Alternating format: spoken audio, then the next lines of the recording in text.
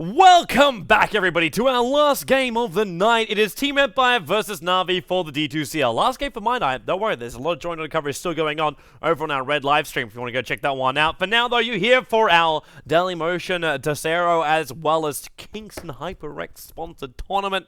It is the D2CL. Let's get into game number 2. It's already underway, and joining me now is my co-caster, a man that's going to actually bring sweet, sweet relief to my vocal cords, because I get to take a break for a little bit while he talks. Clairvoyance, welcome to the broadcast. Oh, certainly good to hear that I can help you alleviate some stress, Toby. But as you can see, on a Sunday, which is a day of rest and break, there's so much Dota going around with ESL, Starlighter, and now D2CL. Here we are. I don't think they got the Sabbath memo. Unfortunately not. We've just bypassed it. I've been awake since I did the Senior Cup Grand Final this morning at 8 a.m. That was 13 and a half hours ago. And technically the day started a lot earlier than that. So That's true. good Dota though. Yeah. Fantastic Dota. Like today, while you might be tired, you just don't care because it's good Dota. That's true. Dota comes first indeed. And for Na'Vi, the Doombringer comes first this time. As we see, it is the first pick. Empire do return and respond with the Wraith King and the Death Prophet. But I have to say, Na'Vi and Empire, both teams, I think, lost a couple games, won a couple games. Especially Na'Vi, I think they got upset by a team earlier. But they've been picking a lot of core silencer for Dendi. So I'm wondering to see if that's going to be the case this game as well. You mean for Revolt? Yeah. They swap between the two. I think last time might have been Hovos, but I think Dendi's picked it up a couple times as well. Let me have a pick through there. Let's look at the first point, which is recent results. They actually lost to HR during Starlight. Yes, which was the big upset. Yeah, they beat VP, then they 2-0'd out Denial. They actually had a game on the 19th up against Empire themselves, where Team Empire took that 1-0, and then they had another game on the 19th where it was Na'Vi who took it 2-0. Everything's been a little bit back and forward for them. They lost to PR back on the 18th as well. They drawed with VP Polar, which is the former NVMI now. And as far as Dendi goes for his recent heroes, according to my thing, he lost in that last game with Magnus. But he had Puck, AA, Mirana, Windranger, Double Pucks, DK, Magnus, Tinker. Yeah, that's actually that's all he's really got right now. And the vibe, the silencer pickup, the only one we've got on record is the game against virtus.pro, which was on the 20th. So yes, last night. Yeah, so it's just that I've been getting this impression that they've begun to really like that silencer core. And Cloud9, we ran it a couple of times in the past as well. And I think the initiators were initially Alliance ran it a while back. But basically, it's the Aghanim's Refresher Rush, and if you somehow get Aegis on that with the Dire Side Roshan, your Silencer teamfight becomes so powerful because for about 10 seconds you disable everybody from casting spells, even through BKBs. So it's a really nice combo. But it looks like they're not opting for that just yet here. Picking up the Puck, which is a rather elusive hero and quite bursty against the Death Prophet and the Wraith King. But in terms of scaling, probably not the best. So I would say Empire so far has like a better rounded draft, but it's only 2 picks, so it's really hard to tell what's going to come. Yeah, there's a lot more to come. The fact that they get the Death Prophet for me just flags, yay, Team Empire. That's a good hero, man. Just because it's Death Prophet. It's also Death Prophet and Wraith King over on the Dire side. Now maybe you could back me up on this one, because I had somebody flaming me before when I was casting the EG versus Complexity game. And this is just, like, while they're doing their picks, I want to take this as a left wing kind of like side throw kind of thing. Is there a reason that you have to get a Vladimir's on Lycan at the start every single time? Or if you have a Wraith King, could you bypass the Vladimir's offering because you'll have Vampiric Aura instead? No, I don't think so. I think the Lycan hero, how it's designed is that it's in and of itself, kind of. And Vladimir's synergy with Lycan, I believe, is like the best item to hero synergy in Dota, in history of Dota overall. Like, every single component of that item just benefits Lycan, not only the playstyle, but what he does, how he farms the jungle, how he pushes the lane. It's just incredible. There's nothing better for the hero, and simply put, mana regen for the wolves, and how the armor for all the creeps, the wolves and himself, the extra damage and the lifesteal, which gives him pretty much infinite sustain aside from mana problems. It's just way too incredible for 2K Gold, and there's nothing that could replace it. Well, that gives me my answer. opinion. I will never debate the issue again on a live stream. In my opinion, I'll say all these strong things and I'll just say, in my opinion. Nah, but hey, your opinion really counts though, man. Some people flame I you hope for so. it, but at the same time, most of the time, your opinion is 100% correct. No, I say most of the time. Most of the time. I'm like most people, we judge by what we see. And this time we'll see Empire going with something traditional, something we've seen from them before in the Ancient Apparition. But Void is still missing from the combo because it was the first ban on Na'Vi, and they were very careful with that one. So with the Rubik pickup, both teams have some really good team fight and a lot of good spellcasting potential. As for map presence, though, I think if Na'Vi pick up some more strength cores, they will be able to fight up Empire before Empire are quite prepared. Well, I'm actually wondering how Empire approached this. Like, you got a Wraith King and an Ancient Apparition. The Mirana was already banned out. Your Skywrath Mage is also being removed, so if you're considering an aggro tri-lane, you may not really be feeling you've got enough to make it work. The middle lane Death Prophet versus Puck is going to be rather obvious. A Centaur pickup, so there's our initiation, and also Mag's Hero. This can go one-on-one with Funix Doombringer, which he ran as an off-lane Doombringer in the last game. So I'll assume we'll be in the same position this game, even though potentially they could put a Vorst onto the Doom. And Funix also does play a Puck. So anything can really switch around there. Puck doesn't want to lane up against a Centaur, though. There's no way they want to have that Puck against the Centaur. Right. The Doom will be fine. Yeah, it's certainly going to be interesting to see, because the other hero that's in my mind for either side really is Razor. Still hasn't gotten picked, and of course Team Empire can run that Wraith King as well as the Ancient Apparition on support. Whereas Na'Vi, if they pick up a Razor, they have a really strong set of 3-core. So I'm curious to see if they're going to pick it. I mean, so far into the draft, they haven't touched it at all, which kind of leads me to believe that they're overlooking it or they don't feel the need for it. But I think it'll complement either lineup really well here. Silencer. Oh, he's Silencer, back again. He's back again. Yeah. They really like that hero. Hi, I don't blame him. But I didn't really feel the power. Like, I felt like premature BKBs having to come up from Resolution during the last game. But I didn't really see the Silencer like critically affecting the game. Most of the work was done by the heroes around him. He just became that semi-controller that made Team Empire worried about coming in. I mean, I can certainly see that, but I also feel like Silencer is just one of those heroes that you don't see the impact of too well. It's like it's very easy to be misguided of how much impact it could actually have. It's like a Viper too, because sometimes it's just like this Silencer hero. If he gets really farmed, he just rules out certain things from the equation. Like all of a sudden, this push that you wanted to assemble, or these heroes just simply pushing out the lane with multiple set of heroes, it just cannot come to pass anymore because of the potential Silencer turnaround. And like ganking this hero too is just so risky, and which is why the whole Aegis thing is a really big deal. Although it is on Radiant this time, so we probably won't see that. But overall, it's a nice pickup. I mean, Empire, once again, they have really big ultimates that they want to rely on in team fights, with Centaur, Stampede to initiate, and Wraith King most importantly. And with the Aghanim Scepter, you burn out Wraith King's mana before he gets to cast spells, and all of a sudden Reincarnation is a no factor. You're right. In this game, I could see him being a lot more effective. Yeah. But FNG was sure. playing the Wraith in the last game, so it wasn't as... Yeah. Anyway. I've been slapped down on both my points today during our broadcast. No. I see the valid points in it. It's perfectly legit, man. It's perfectly legit. Sometimes I get myself carried away with my own rando thoughts. Anyway. No, I think the concerns are good, and this time looks like the concern for Empire is Leshrac, which has been getting picked more. I think I've seen Team Tinker pick it a lot more, because they like to have it with the Shadow Demon, and of course if you land the stuns it's always a great combo, but most importantly that Edict lets you split push towers really, really effectively.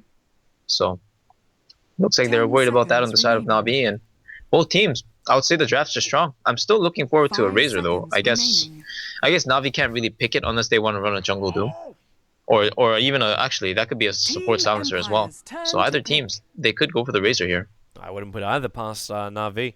At the same time, you've still got one of the greatest junglers in the game, which is the Enigma, which can still be selected by both sides. That's true. That is very true.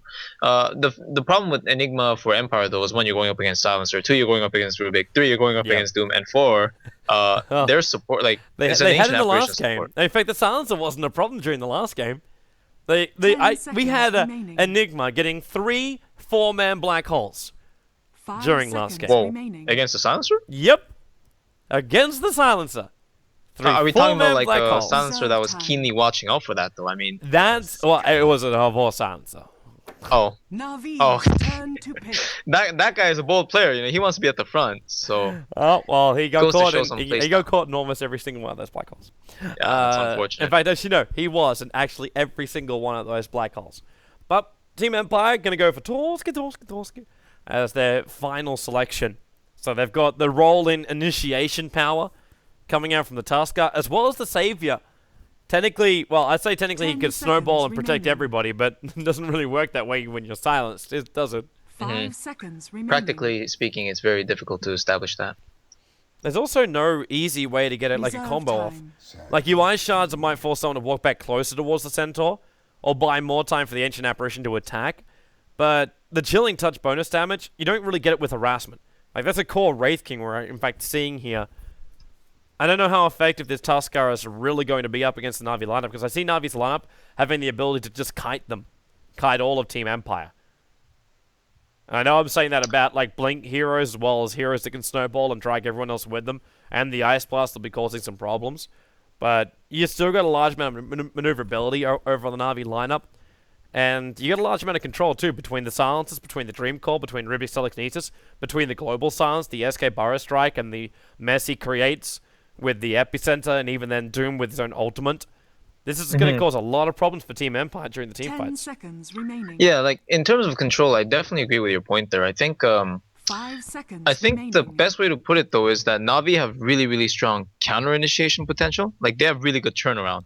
Because once again, they don't just rely on big ultimates, but the presence of their heroes in general, and even small spells like telekinesis or the Sand King's Burrow Strike, it can easily catch out like 2 to 3 targets with the Centaur Jump and the Sky Wraith King or something like that. So unless they go on like a really critical hero that's isolated, Navi will be able to turn around and cast big ultimates in the global and have Doombringer walk in and cause a lot of wreak and havoc. But at the same time, I'm not too sure how well they can kite Empire, because I feel like how Empire are gonna approach this game is after they get their levels on their cores, they're just gonna anchor in front of a tower with like the Death Prophet, and Death Prophet can't be too close because she has to watch out for the heavy potential burst of Navi. But depending on the Tuskar's positioning and the level of Sigil, which is the spell that makes that hero, Navi's heroes, I think they're actually gonna be the ones that get kited. I feel like they have good mobility in the sense that they have a lot of presence, so they can just push out lanes and walk around freely, and they're kind of tanky and hard to kill. But essentially it is a 5-man lineup. I think. I don't think their cores are that good at split pushing or taking objectives alone. Well, right now, man, I'm just waiting to see it, because I can understand your points. But at the same time, I've seen a lot of Rubik countering Centaur's movements. I've seen a lot of Centaur ulti steals as well. Oh, that's true. That's a very good point. Which makes me flag the fact that Na'Vi could, in fact, a lot of it's going to still come down to like the control coming off from FNG is that Rubik. Because it's the perfect thing to steal. The Centaur triggers ultimate, he blinks himself in, then you still got a moment before he gets the hoof stomp off where you can steal the Stampede. That's true. You know, I think we can settle in the middle on this one. See, Toby, this guy right here, Empire Solo, that's a 7k MMR player right there. You see that hero that he's playing right now? It's called the Tuskar. You know, he has this snowball ability. It's a pretty good spell. Yeah. So I'm gonna just simplify everything and say it's gonna come down to Solo and how hard he snowballs this game. Oh, oh man. Can we settle on that, old friend? Yes. Well, let's agree. Alright, Let's agree to alright. stop there at least. I don't know. Yes, that can be classed as a settlement. He's got Nice ward being placed by Empire already. He's already got an aggressive observer ward down there. It's rather restricted. I always wonder when teams come down here and they plant this ward, if it's not better just to cut this tree instantly. I guess it's a tango charge. Yeah. Who really cares? But you get this 30 much extra seconds to vision by battle. doing so. You know the problem though is that when you do that, it becomes a really obvious tell of where your wards are. True. Especially because teams have patterns, right? And teams study each other through replays. So if they actually did it for like the last 2 games and all of a sudden they cut a tree in game 3, you know, like they're not hiding any tricks there. They're showing that word in full vision even though you can't see it. I remember Aoi actually told me about that before every single game of the international. The battle He said he had a begins. book, and he went through every single support player and where they placed their wards, and went through like the timings of it all, and had like the book of secrets, basically. Yep. And he didn't remove the tree, but the ward was removed. FNG comes down and guesses perfectly for it. It's a rather obvious ward location though, and if you're going an off-lane kind of lane, you want to have the observe ward around here or anywhere really in that circle area. If you put it a little bit further up, like up here, to watch the rune area, it means you can't come close to really contest anything. And they're actually going to try this dual lane off lane. Not a fan of like a double melee lane up against a silencer of all people too. Yeah, it's not going to be easy. 2 strength heroes going up against silence. You either have to kill the silencer like 3 times in the lane to just maintain sustain, or you'll just have to die a couple times here and there trying to control the creep wave. Yeah, it's never a good idea to double melee against the tri lane unless it's like really, really high kill potential. The thing with Centaur and Tuskar is they have really good kill potential, but at level 2. So if they don't lose a lot of life points before level 2, they can commit to some sort of all-in. But once again, this Na'Vi lineup is really good at turning things around. And with this trialing, with 2 sets of stuns coming out from their support heroes, and Hubbles being, he's an intel hero, but he's got average movement speed, and he will require some sort of commitment to dive into him. I do see a potential 2-for-1 kind of exchange if Empire does commit too heavily with just these 2 heroes. I'm still just thinking, like, why the hell did they not get that Mirana earlier on? Like, why is... Yeah, that's a silent hero, isn't it? Yeah, it's also just one of these things. It was banned out in the second phase. Yep. But it just works so much better with the Tuskar as far as selections go. But yeah, this dual lane. I'm not even seeing Solid leveling up anything yet. I don't know if he's waiting for the snowball. Now Vanskor and Solid finally see each other, and Divorce instantly moves up. There's a Burrow Strike. He went Ice Shard to start with, but this cleans up the tree line, which means Divorce can still keep moving over. The Hoof Stomp into a Vorce, but there's no double edge. He used the Hoof Stomp instead, and FNG picking him back up again. Burrow Strike back off cooldown. Round 2 into Mag, and he will take a fall here. First blood going the way of Vanskor. Solo could attempt Ice Shards, but he's not going to get a kill with any of this. He can stop some clarities, but that'll be all. And this is just what could happen. You just get guided around a little bit. You use a Hoof Stomp, and then there's nothing left to give. Yep. So interestingly enough, it looked really bad for Empire for a moment, but with that Ice Shard, he actually blocked out the Rubik from being able to cast Telekinesis on the Tuskar right away. So he survived. Unfortunately for the Centaur, he did fall, but he not only took out a lot of life points in the supports, which forces out regen, but also look at this. They got basically a 2.5 to a triple wave built up.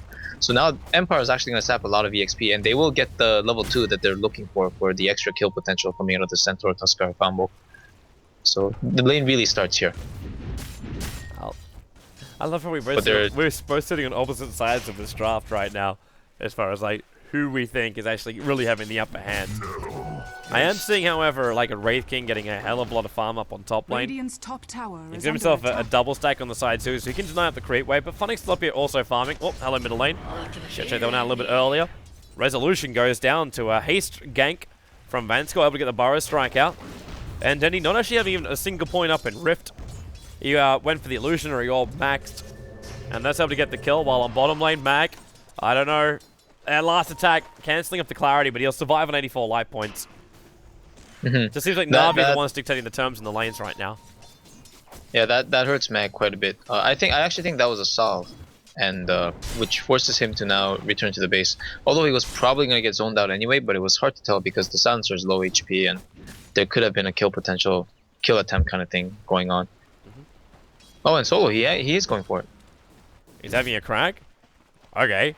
Oh, the movement speed. Yep. 5 movement speed bonus. Turn Vorst around. has on him, and FNG just needs a telekinesis grab. Vorst into the tree line. Solo, I think he's gone too deep. Fable, he doesn't have the aggro of the tower. If he tried to actually run up the other side and go around this direction, then 100% dead. I think of Vorst. Yeah, honestly, it's weird to say, but if FNG actually committed to him somehow, he might have died too. Get away from the creep wave, Vorst.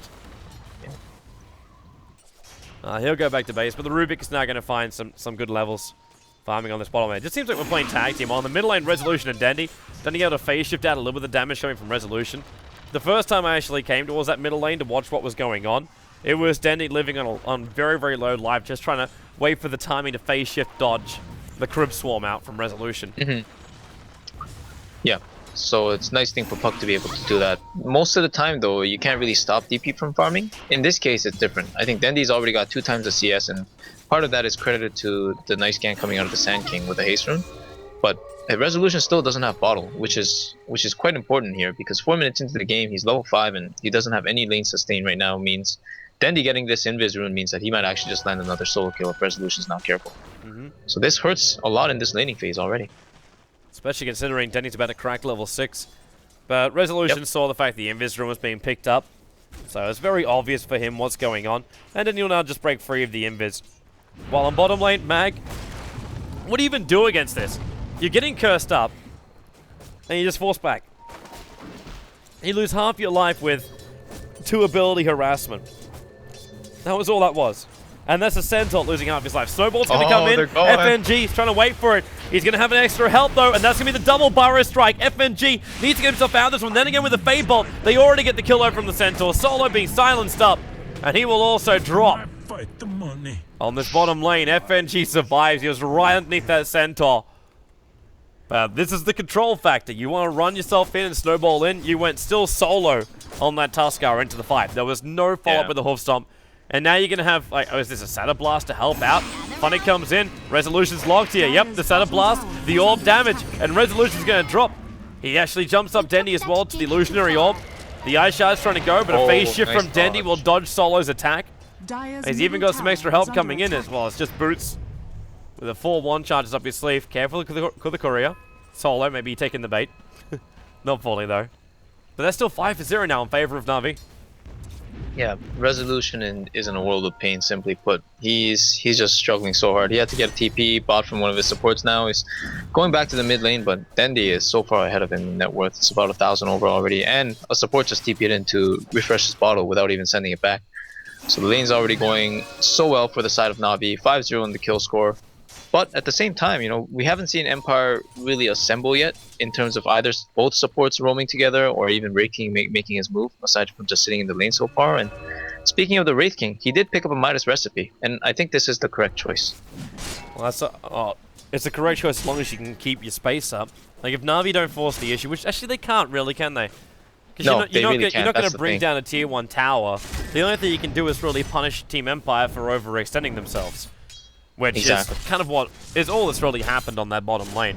Yeah, that's right, that's right. And of course at the mid lane you can gank this Death Prophet as much as you want, but so long as this hero gets levels and, I don't know, mediocre amount of farm, which Resolution is getting, it's not good, but it's mediocre or a little bit worse.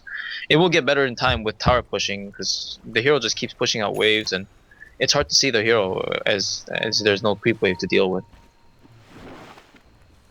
Well, Silent. He's looking for a nice little thing to use his hand and bias on, but all he's got is a hill troll. Cuts free and then realizes it was there. Yep, they got on Resolution. The Burrow Strike from Vanskor. And that was Resolution feeling nice about himself because he managed to get that DD rune from the top river. First time he got his bottle in, and he took a DD rune straight away. And then dies straight away. Funnick, maybe a little bit troll for him up on the top lane. Hellfire Blast into Cold Feet. He's still got his Scorched Earth up, and the Cold Feet doesn't tick him out. So he went down to 48 life points. Now Denny comes in, the Rift damage. He just wants to physically damage down the Snowball. Tried to protect, now he actually phase shifts the hit from it too. The Ice Shards will lock Denny in here. He's got no more support, however, it is trying to TP in. Bottle charge space. His Orb and phase shift is both off cooldown here. Orb, jump out, attacks Monster Silent, which will allow FNG to get the Fable kill off. FNG's the only one slowed up by the Reincarnation. And that's Reincarnation 7 minutes into the game, which means he's lost that 260 seconds. Mag, a double edge might be able to get the kill here. Dendy, phase shift. Oh, he went for the hoof stomp. The Snowball's coming in. I don't think he can reach him. He can go for Funnick, but Denny's leaving. The Global Silence will be used, and there's no follow-up available, and he even steals the DD rune. It freshly spawned up. He got one bottle charge up. They dropped the Sentry Ward. Vanskor, though, comes in. Triple Burrow Strike. In for the Silence with the Warring Rift. And Vanskor back in again. The telekinesis drop down. Stunned up Mag. This is a terrible fight for Team Empire. And a horrible 9 minutes for them. Funnick just chases him down with the Scorched Earth. The hit will be there. But Dandy, he's got Orb available and just commits the Dream Coil. Double kill for Dandy. 10-0. And things are falling apart for Team Empire. Yeah, that was a Honestly, I didn't Radiant's even know middle that kind of a tower bad is under scenario attack. was possible. But with the illusion, the Dire's top invis rune getting tower picked is up under in that attack. exact spot and Vanscore landing that monster burrow strike. Ah, looking at a 9-minute, sub 9-minute blink dagger on this Sand King who didn't even stack jungle. Basically, this is ridiculous. They are off to such an amazing start, and I don't think you can even have asked for this kind of start. I don't think you could have, man. I can say they drafted for it. Yeah, the draft is certainly strong, and Empire biting the bait really. Like the overextends at bottom. Once again, the amount of control coming up out from bottom lane meant that any turnaround was possible, and now that Silencer is 6, it could come out to even worse forms against Empire.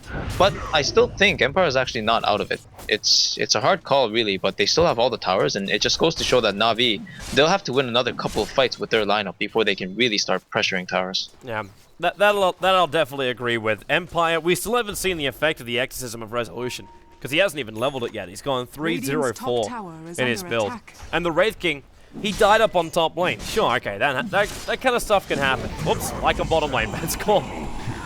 Missed the end of that one. The Blink Dagger Epicenter with a Burrow Striker, they take 3 heroes out the bottom lane. That's the worst fight I've missed today. Well, you know, when something like that happens, you certainly do get an excuse to hit the tower. But Opadendi with the solo kill. GG! Oh gosh, GG, well played. 10-minute GG! That's a fast Dire's game. middle tower That's is a under very, attack. very fast game. You blink and it was over.